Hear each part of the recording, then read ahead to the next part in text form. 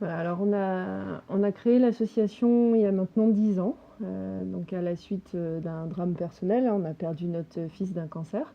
Durant la maladie d'Yanis, on a bénéficié d'actions, de choses, d'associations. Il a pu faire son rêve, il a été grand chef cuisinier. On connaît maintenant, enfin on a vécu et on connaît l'importance de ces moments de vie aussi. Et du coup, à la suite du décès, on a décidé de monter une association pour aider les autres enfants et les autres associations qui aident les enfants en difficulté. On a commencé avec des événements qui étaient de rassembler des associations et les mettre un peu en lumière. Et puis de fil en aiguille, l'association s'est développée.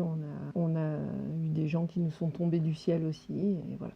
Un médecin, c'est comme un autre bénévole dans l'association, ça va apporter sa connaissance, son histoire. Mais cette association, c'est un ensemble de gens qui ont plein de compétences différentes et qui sont très différents. Et c'est ça qui est chouette. La chose la plus évidente que je pouvais apporter, c'était mon réseau professionnel et de tenter de mettre en lien deux mondes qui doivent se côtoyer, mais c'est pas si évident, encore moins dans notre époque où le soin est très technique et très poussé. Donc forcément, et c'est très bien et c'est comme ça. Donc ça, c'est pour le côté pathologie, mais il y a aussi ce côté humain, ce côté qui est primordial à mon sens pour soigner quelqu'un. Je ne parle pas de soins, je parle de prendre soin. Plus fort ensemble, c'est le slogan de l'association, mais c'est plus que des mots parce qu'ils ne s'empêchent pas de penser les choses et de se dire, tiens, je prends l'exemple de Lénie qui est une légende dans l'association, mais un exemple, faire sauter quelqu'un non-voyant d'un hélicoptère, ça paraît tellement dingue. Et pourquoi on ferait ça? C'est la question que je me pose tout le temps. Et pourquoi on fait ça? Parce que le but, c'est pas d'offrir un vol en hélicoptère.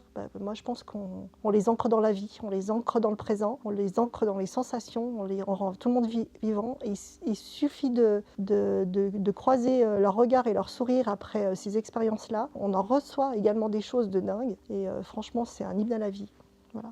Pour ma part, on ne s'engage pas, on ne cotise pas, non.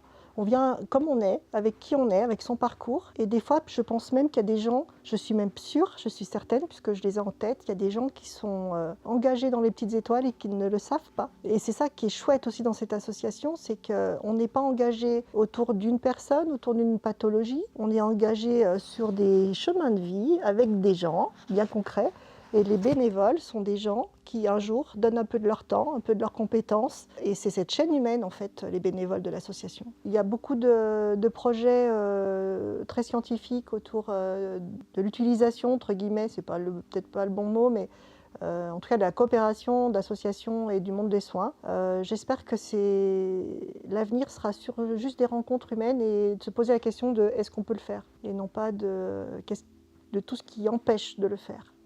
L'association, aujourd'hui, maintenant, elle travaille sur 5 axes prioritaires. Hein. Donc, on a le rêve à la réalité, l'immersion en casque au sein des hôpitaux pour se projeter. On a la notion de journée bulle d'air pour arriver à poser ses valises, faire des journées de découverte de sport aérien en particulier, mais ça peut être plein d'autres choses. On a les séjours de répit à l'île de Ré en famille, essentiellement à l'île de Ré mais ailleurs aussi. Et on a deux autres axes qui sont les étoiles aux urgences, donc des petits doudous qui servent d'éléments anti-stress pour l'accueil des enfants et le soin des enfants hospitalisés. Et on a la sensibilisation au cancer de l'enfant, puisque en fait l'association a démarré du fait du cancer de Yanis. Voilà. J'ai trouvé dans Arnold et Nathalie cette bienveillance, cette envie d'avancer, de se battre, de donner un sens à notre vie aussi. Je sais qu'ensemble on est plus fort, ensemble on va plus loin. Et nos petites étoiles, je remercie nos petites étoiles parce que grâce à eux, depuis 2 ans, je découvre et je partage plein de belles choses. Cet asso, c'est une histoire de rencontre. Ce n'est qu'une histoire de rencontre. Et ces rencontres nous ont fait évoluer, en fait. C'est comme si on avait été un petit peu piloté par quelque chose.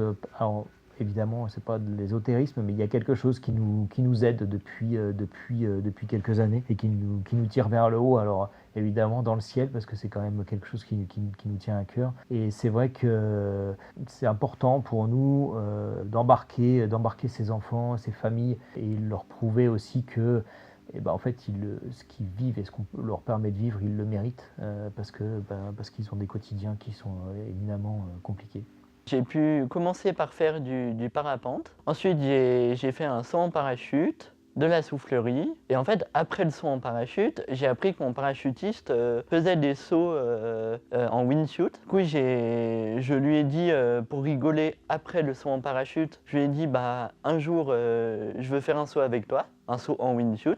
Mais voilà, en sachant très bien que ça n'allait pas être possible. Et puis un jour, il y a le président de l'association Les Petites Étoiles qui a appelé mes parents pour savoir s'ils étaient OK pour me faire un saut en wingsuit depuis un hélicoptère. Et ça a été incroyable, et en plus de ça, c'était une première mondiale pour un non-voyant. Avec cette association, je me dis, en fait, peu importe le problème de santé qu'on a, peu importe le handicap qu'on a, en fait, rien n'est impossible.